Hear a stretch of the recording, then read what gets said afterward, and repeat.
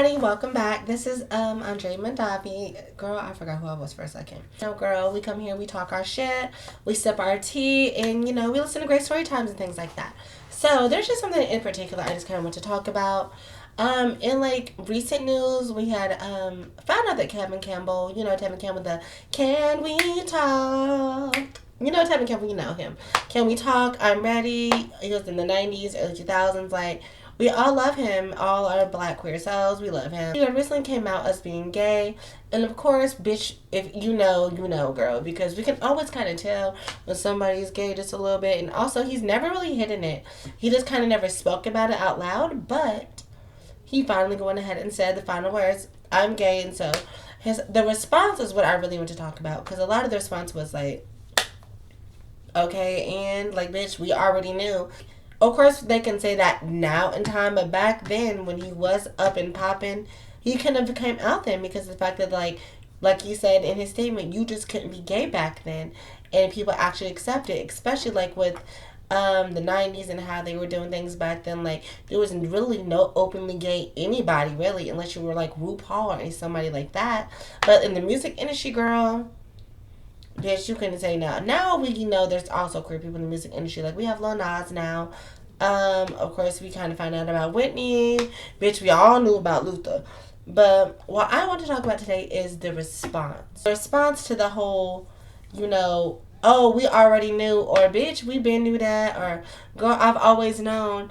That can kind of be problematic. Only when that's problematic is when, you don't create a safe space for people to come out, because a lot of the times people can say, oh, well, I've been knew, or I always knew he was gay. He had a switch in his walk and a little sass in his talk. But it's like, okay, when you're growing up, yes, you might already know that, but like, what are you doing as a person who's like, I already knew? What are you doing to nurture that space as like a young queer person?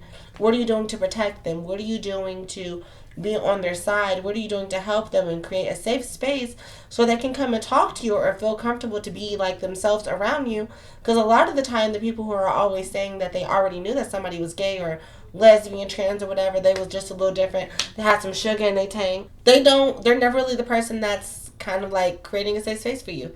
Because I know, at least for me, when I was growing up, I had my like great uncles. They would always say stuff about me that was like, oh, he got a little sugar in his tank, I know he gonna be a real sweet one, and of course I'm talking about me because of course past tense I was he, so girl. But like, just saying stuff like that, but like, was like so surprised when I wouldn't come around as an adult, because it's like, what kind of safe space did you like build for me to come and talk to y'all, or say anything to y'all, or just like feel like that I was part of your family, because you like ridiculed me when I was so young about being queer, and now that I'm older, it's like, well, why don't you come around anymore? We don't see you anymore, or well, we already knew that, we've been done that, we love you, we accept you. It's like, okay, but where was that at when I was growing up, when I was being already, bullied at school and shit like that, and now I come home and I go to Sunday dinner at great grandma's house, and you're sitting there talking about the fact that when you came over to grandma's house, I had a wrap on my head, and you was calling me all types of little eggs and sweet and all that type of bullshit. I just feel like the fact that a lot of these adults, they always say that they know that someone's queer, or they expect you, once you reach a certain level, like, oh, bitch, we already knew. Why didn't you say nothing to us in the first place? Why did you not feel comfortable? It's like, well, you said X, Y, and Z to me growing up, or you showed these sort of homophobic, transphobic ways that, like, I could picked up on. Like, I remember when I was younger, I knew my grandma was kind of accepting because of the fact that she let me dress in the household. Like, I played with dolls. I had my whole Barbie set over there. Like, she really did not care. But when you're driving through, we seen this girl named Sunflower. She was a trans girl, or I would probably say like more of a non-binary person growing up back then. She was more binary.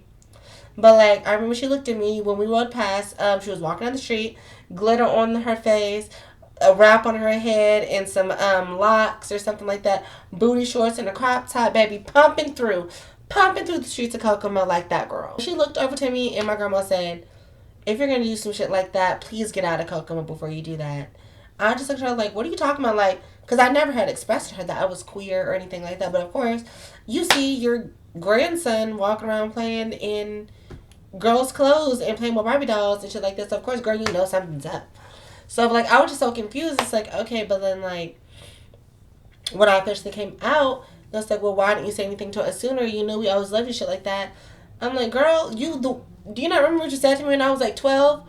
And same thing with my father, because I remember when my father had first told me that he found out about my queerness. He had sat me down. I feel like I've told y'all this before in a coming out story, but I don't know if I've officially made like, oh, my coming out story. But I've definitely talked about this before, either the podcast or just somewhere in my older videos.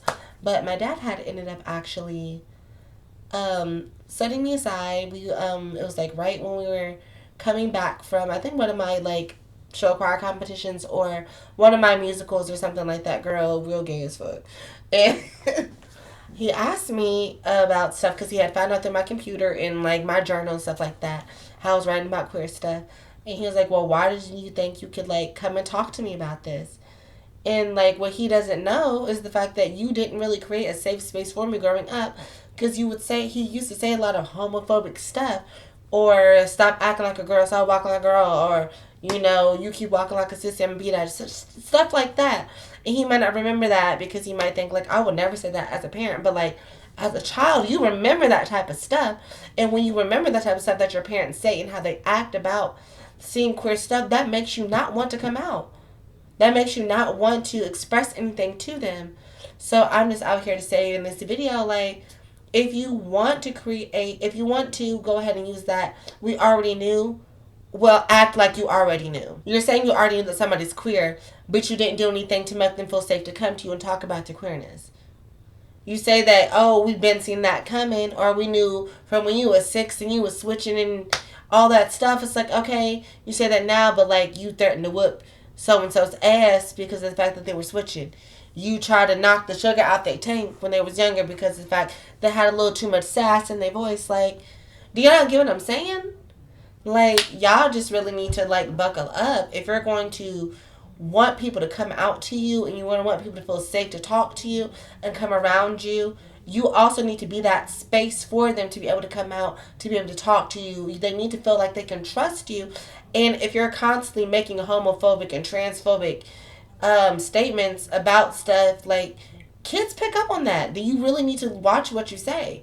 Kids understand what you're saying and they like, oh shit, I don't know what gay is, but whatever you're saying about being gay, I can tell that it's wrong and I can tell that you don't like it by the way you speak about it. Like, kids aren't stupid.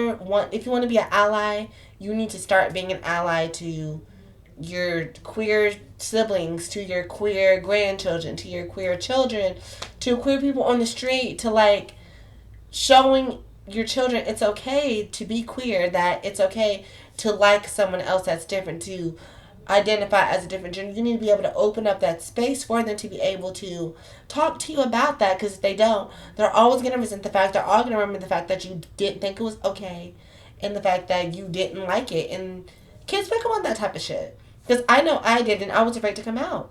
I was afraid to say anything to him. But now that, like, I finally did, it was like, okay, well, they got in line. But I wish if you already knew that you were going to be okay with it, or that, you know, you were going to accept it, I wish you would have let me know that sooner.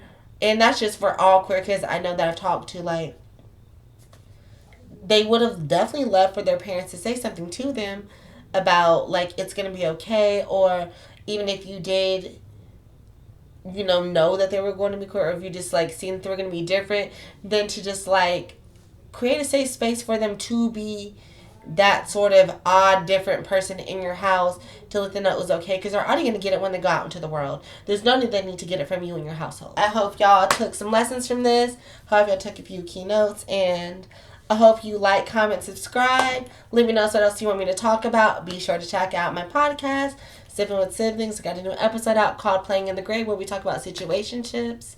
So be sure to check out all that good stuff, and I will see you guys in my next video. Bye, y'all.